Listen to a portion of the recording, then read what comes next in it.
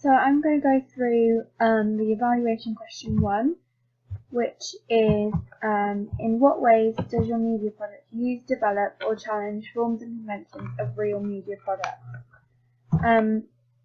So my media product is a horror trailer, and it uses and conforms to typical conventions of existing products, which was my initial intention, as I wanted to appeal to my target audience who are comfortable with the media that they receive on a daily basis. So here is my horror trailer for reference. So first of all, the title is Melody, which is a simplistic title and is a clear relation to the plot of the film. As once Freddie, the lead male character, opens the music box and hears the melody, he becomes possessed. This is a convention seen in other titles like The Possession, which immediately reveals the basic plot without giving away any of the more intense details or clues towards the film. I chose to use another title convention of using binary oppositions, in particular the good versus bad binary opposition, to give the title a sense of ambiguity which is almost more unpleasant and creepy.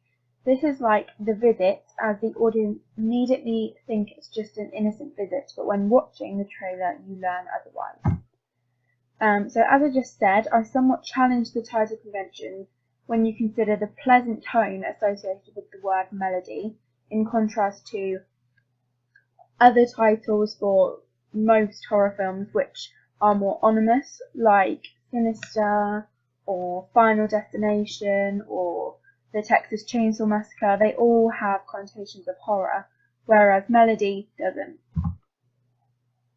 So for the location, the primary location of my trailer challenges the typical isolated image associated with horror films.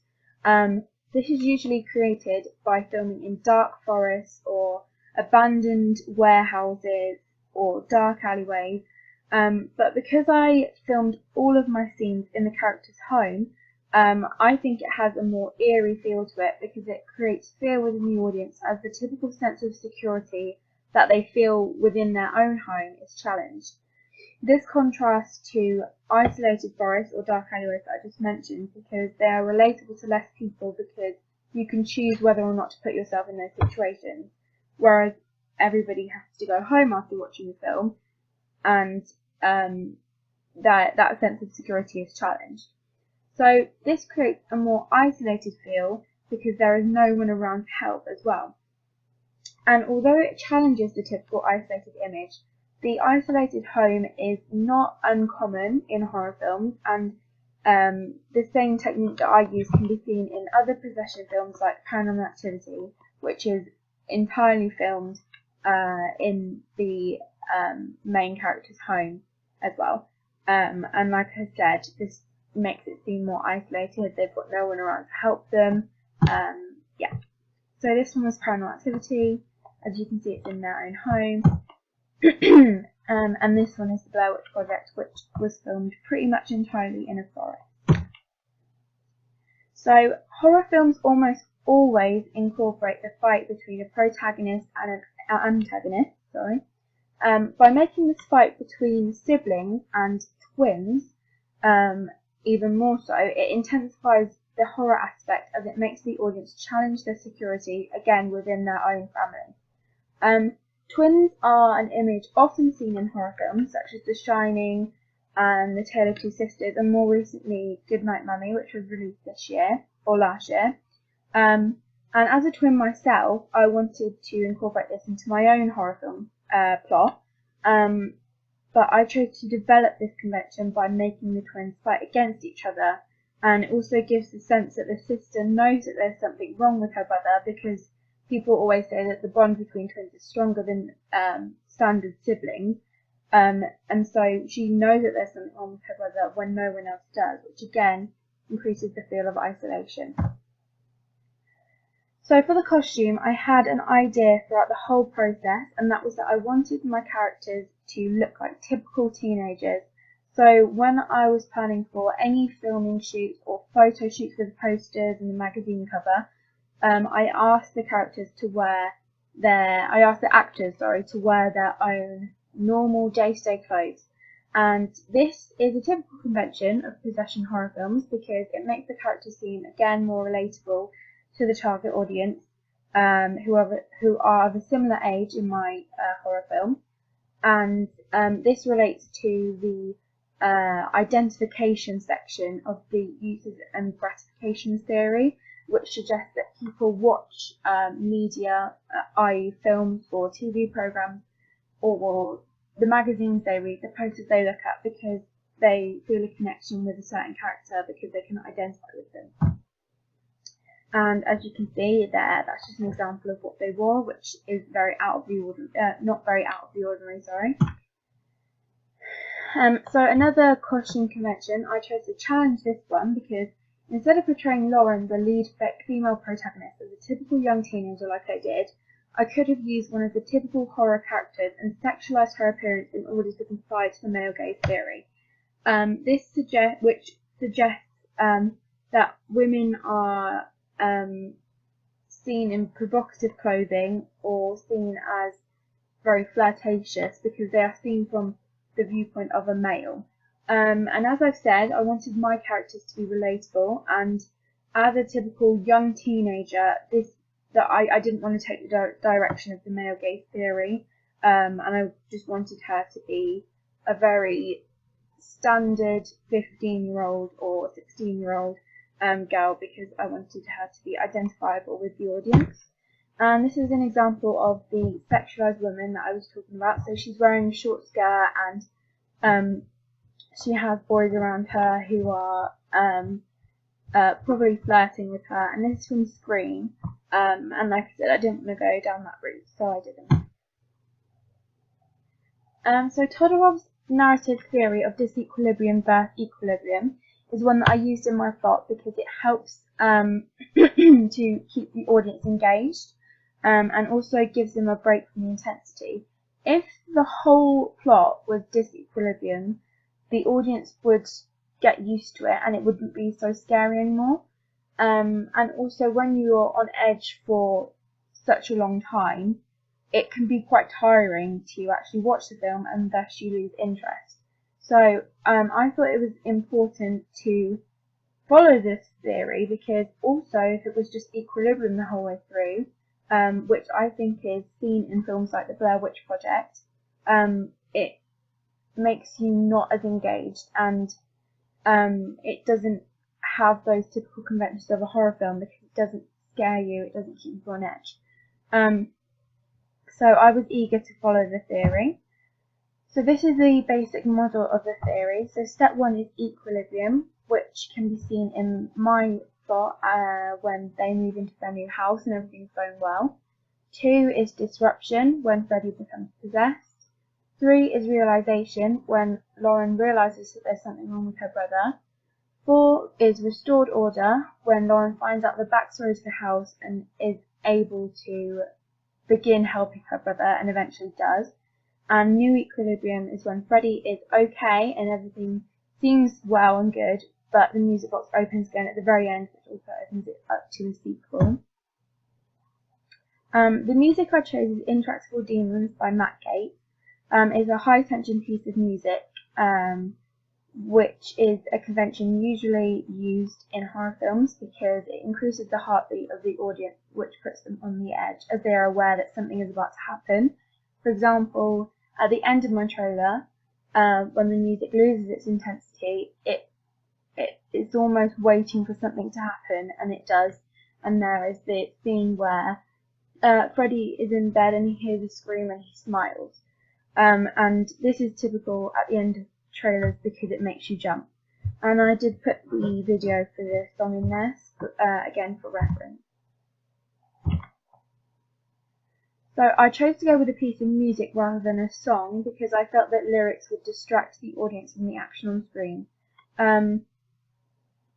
This is a common convention, but in some trailers, cheerful songs are used at the beginning of the trailer to create a contrast. For example, in The Visit, there was a very cheerful song at the beginning when everything was going okay, and then towards the end it faded out.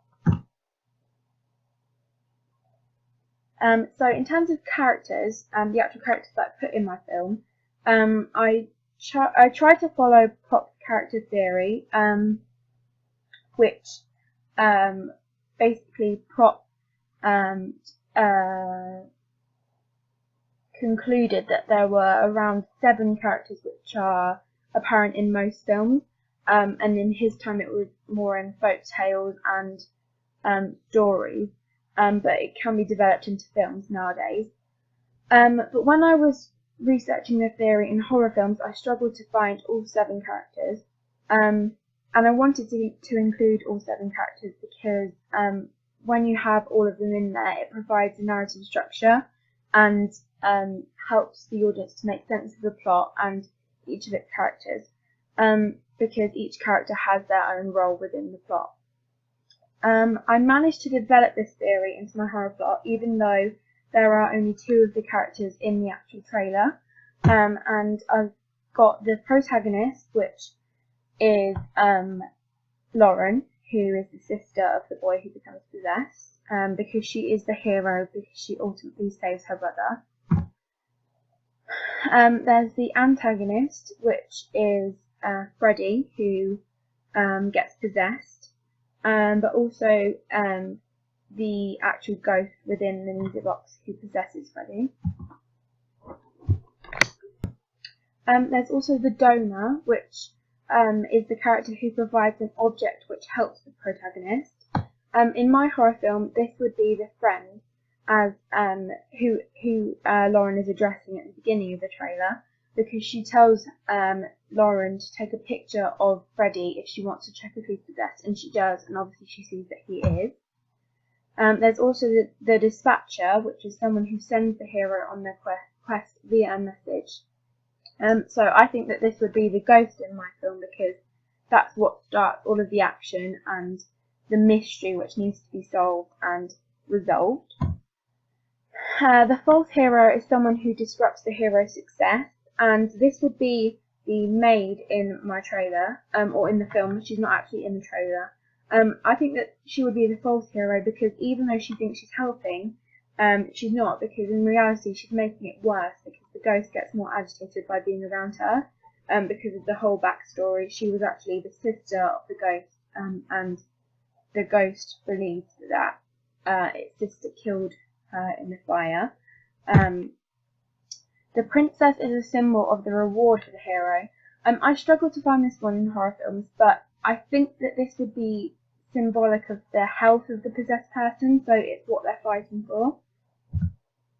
The helper is someone who aids the hero, and this would be the maid and the friend in my trailer. It could also be the protagonist because she helps her brother, so it's the helper. So lighting, I use low lighting throughout the trailer to create a similar ambiance to that of existing trailers. I was unable to use low lighting in some of the scenes at the filming stages, and so I created the darkness in the editing process by reducing the brightness by about a quarter, which created the feel and the tone to the trailer that I wanted. My trailer had a sense of enigma throughout the entire thing, as as are in most horror trailers, because it keeps them engaged, it keeps the audience engaged because they're eager to know the secrets, and thus they watch the film. There would be an enigma in my whole film, not just the trailer, because there is a plot twist at the very end. In terms of structural conventions, I created a BBFC green slide and a production company logo to go into my trailer, both of which feature in almost every single trailer. The BBFC slide is typically placed at the start of the trailer for around 7 seconds. It allows the audience to know whether what they're about to watch is suitable for them. This is very important in horror films because obviously there are some intense and frightening scenes which are not suitable to all audiences. Whereas if you had a U-rated film, it would be more acceptable for anybody to watch it. And I created this production company logo using Photoshop, and I made it very dark to fit the horror genre. The production company size helps to increase the popularity of the film if the company has made other famous films. Okay, so the conventions that I followed at the end of the trailer are that the title of the film is always at the end, so that it's fresh in the audience's mind after they watch the trailer. Mine was as well. And after the title goes off the screen and the music loses its intensity, there is typically a scene that makes the audience jump. And I did this in my trailer, and it can also be seen in trailers like The Boy.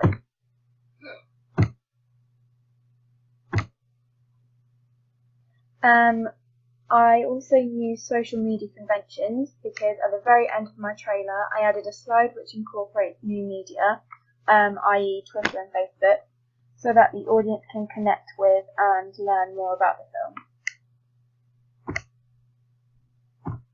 And this can also be seen in the Sinister trailer, which also has a hashtag like mine has. Mine is hashtag Hear the Melody, and the Sinister one is hashtag See Sinister.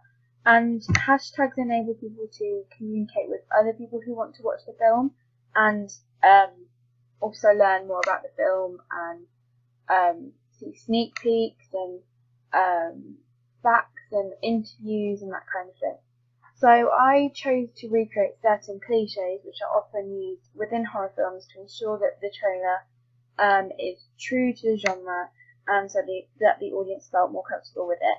So the first one that I've picked out is the found footage, which is a style of filming that I developed into my own horror film because I think it's effective in creating fear within the audience.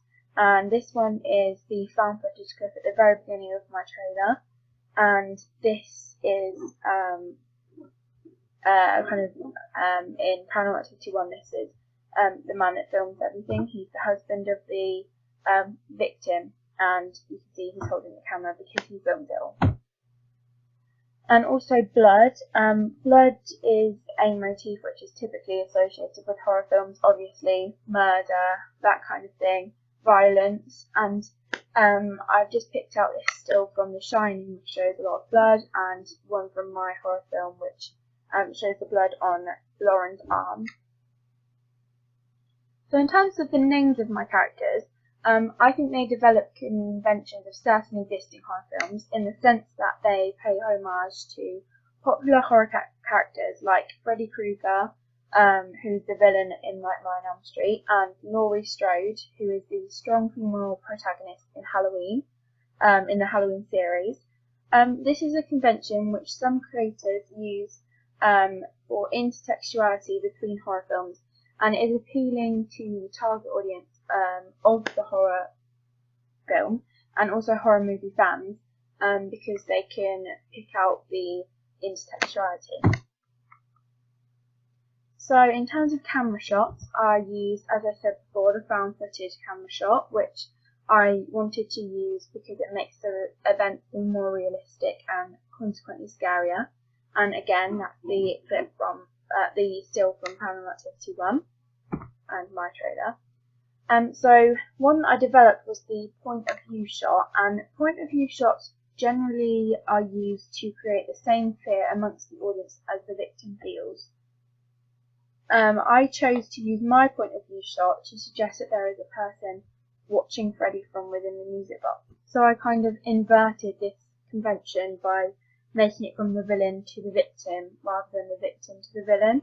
And I just thought that this had a creepy feel to it because you get the sense that there is something within the music box watching anybody who walks past. So BCUs, which are big close-ups, and for me it was very important to include big close-ups because they show fear within the victim, and this is a very, very extreme close-up from the Blair Witch Project, and this one is from mine. So now onto my poster. My horror film poster needed to conform and use conventions to make it clear to not only the primary audiences but also secondary and tertiary audiences that this is a horror film. So this is my poster, just for reference. So first of all, the image uses conventions because horror posters nearly always have a horrific image which conveys the genre immediately to the audience. I thought it was important to recreate a scary image on my poster, but I didn't want to be too horrific, as posters are able to be seen by other audiences who are less comfortable with horror. And so if they saw the poster with a really disturbing, intense image on it, it might put them off seeing the film. Whereas if you've got a more toned down image, just a tiny bit scary, it leaves more intrigue because they don't know what it's about, and also they are more inclined to see it because it doesn't seem as scary.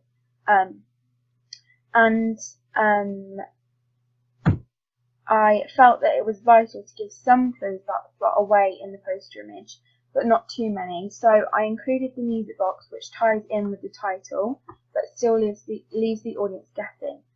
This is similar to the Sinister poster, which is here. This is the image from the Sinister poster, which shows the villain, but nothing about him or it.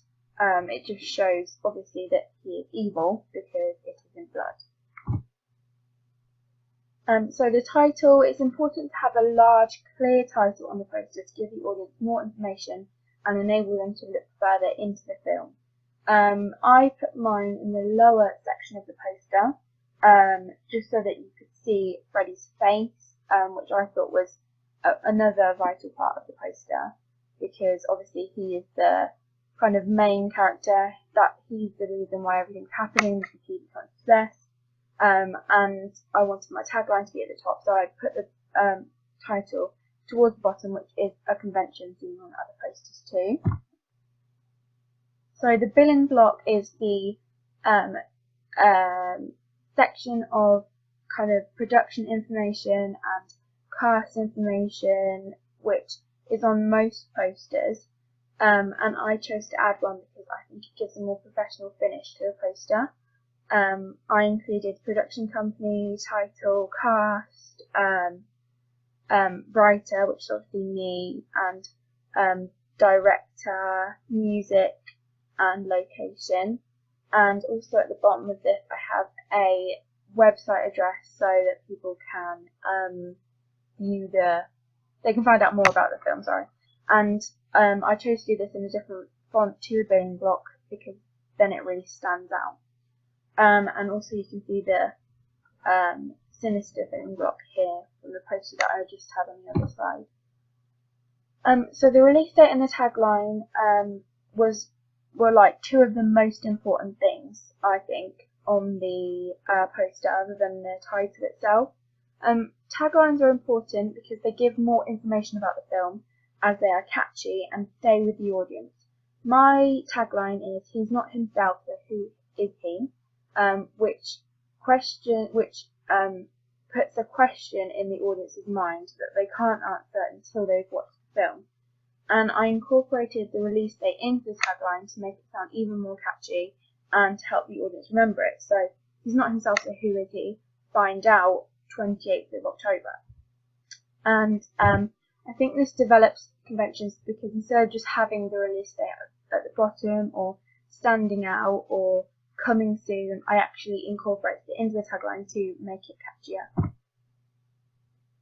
So my poster incorporates the AIDA marketing theory, which most posters do in order to captivate an audience and get them to learn more about a particular media product.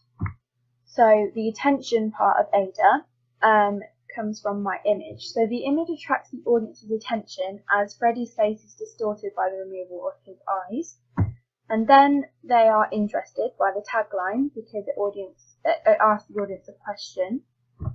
And I think my whole poster creates a desire to see the film among the audience because it contains many conventions of the horror genre, which appeals to horror fans. It also has a sense of enigma to it, which consequently creates desire because they want to find out who he is. You know, considering the tagline, they want to answer the question. They don't know why something is coming out of the music box and why his eyes are black, and they want to learn more. And then the action part of the AIDA marketing theory comes from the website address at the bottom and the release date, because the audience can see the release date and take action by visiting the website at the bottom because poster, which is easy to remember. It's just www.melodymovie.com. And then they can book the tickets, or they can watch a trailer or learn more about the cast, see teaser trailers, interviews and other things. So finally, my magazine cover. The magazine brand which I created is specifically horror, therefore it was important to use conventions as the audience is specifically interested in the horror genre. Here's my magazine for reference. So the masthead, the title of my horror film magazine is Fright, which has connotations of horror as is a typical convention of horror magazine titles. As you can see here, this one's called Scream, mine is called Fright, other ones are Fangoria, Paranormal, and there are lots more. I chose to make Freddy, the elite person of the cover, pop out in front of the masthead, which is typically done in all magazine covers, not just film, not just horror, and it shows that the main image or the main feature of the magazine, for example the film, is more important than the name of the magazine, and it also shows that the magazine is an established brand because you don't need to see the entire title to know what magazine it is. So the barcode, I simply put a barcode at the bottom of the magazine because they are essential for the audience to buy the magazine. And cover lines, film magazines typically have around 4 cover lines, which I chose to replicate in order to frame the image. As you can see, I just put them around the image, and any more would have disrupted that, I think. And normally with horror magazines, the cover lines contain not only text but also images, as you can see here. And I chose to challenge this convention because I wanted the main feature, which was my film, to be the only visualized film on the cover because it is the most important thing. So as you can see, the images here and mine don't actually have images. So for the colours, typically with horror magazines or anything horror related, the colours are reds and blacks.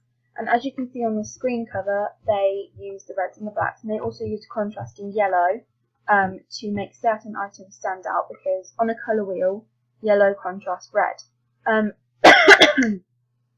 I chose to challenge this convention by using oranges and blacks to stand out from the other magazines that would be on the shelf, and also link to the fire, which relates to my plot. So this fire at the bottom here. Also, orange has traditional connotations of horror due to Halloween. I used the contrast of blue in a similar way to the red and yellow contrast in the screen cover. On the colour wheel, blue contrasts orange, and so it does also make it pop in a similar way. So for the image, sometimes magazine covers use professional stills from the actual film, but I chose to stage my shot to reveal information about the antagonist versus protagonist. So on some magazine covers, they will have a kind of like a snippet of the film as the cover to show the action, as you can actually see on this one. This is actually from the film Evil Dead. But with mine, I actually did a photo shoot, especially for my magazine and my posters as well, because I wanted you to be able to see the antagonist versus the protagonist, and also so you could also see his black eyes and music box, and so it needed to be a staged photo shoot. And that is it for evaluation question 1.